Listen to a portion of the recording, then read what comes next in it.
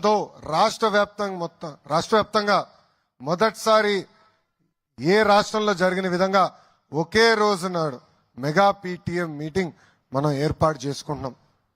దీంట్లో దాదాపు 45,000 పాఠశాలలు, 35 లక్షల మంది విద్యార్థులు, సుమారుగా 70 లక్షల మంది తల్లిదండ్రులు, 1,88,000 ఉపాధ్యాయులు, 50,000 మంది ప్రజాప్రతినిధులు ఈ కార్యక్రమంలో పాల్గొంటున్నారు.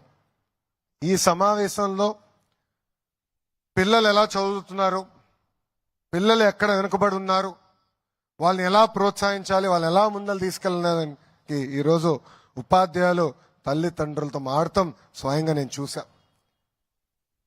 మీరు ఇక్కడ కానీ ఒక్కసారి చూస్తే స్కూల్కి కూడా ఒక రిపోర్ట్ కార్డు తయారు చేశాం.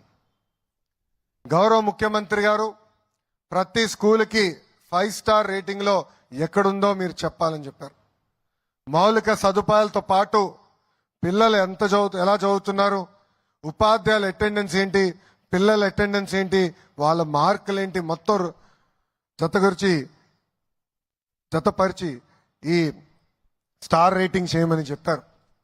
విద్యార్థులు కూడా మొదటిసారి మనం రిపోర్ట్ కార్డు ఇచ్చాం. మీ చేతుల్లో రిపోర్ట్ కార్డు ఉంటే ఎత్తి పైకి చూపించమని అందరినీ కోరుతున్నాం. అందరు చూపించండి ఒకసారి.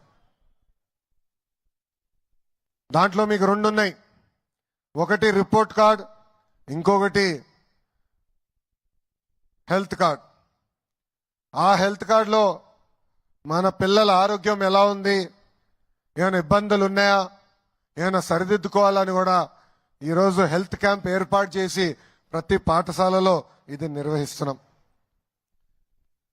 గతంలో మనందరం చూసాం, చంద్రబాబు నాయుడు గారు విద్య పైన చాలా ఫోకస్ పెట్టారు. ఆనాడే స్మార్ట్ క్లాస్ రూమ్స్ తీసుకొచ్చి టెక్నాలజీతో జోడించి చేస్తాం జరిగింది. విద్యా వ్యవస్థని గత 5 సంవత్సరాలు దారి తప్పిన విద్యా వ్యవస్థని గాడిలో పెట్టాలన్న బాధ్యత నాకు గౌరవ ముఖ్యమంత్రి గారు ఇచ్చారు. విద్యాశాఖ అంటే ఎన్నో సవాళ్ళు, సంఘాలు ఉంటాయి. ఒక నిర్ణయం తీసుకోవాలంటే పిల్లల భవిష్యత్తు దానిపైన ఆధారపడి ఉంటుంది.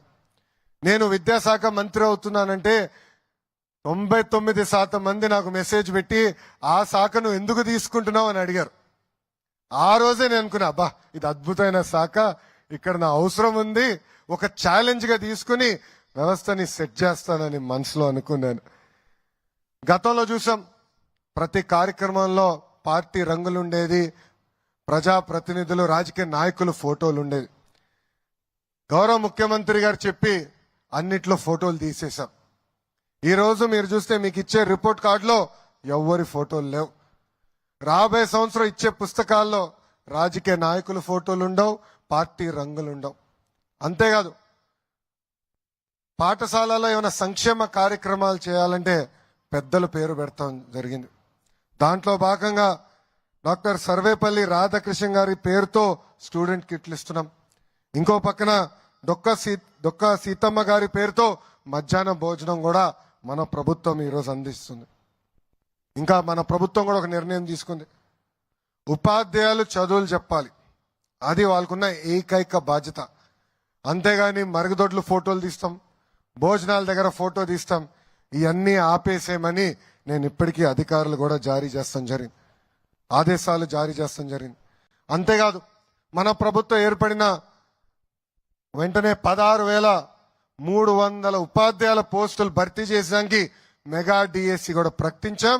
వచ్చే 6 నెలల్లో ఆ ప్రక్రియ కూడా పూర్తి చేస్తాము. ఉపాధ్యాయుల పిల్లలకు అందించే బాధ్యత కూడా మన ప్రభుత్వం తీసుకుంటుందని ఈ సభాముఖంగా హామీ ఇస్తున్నాం.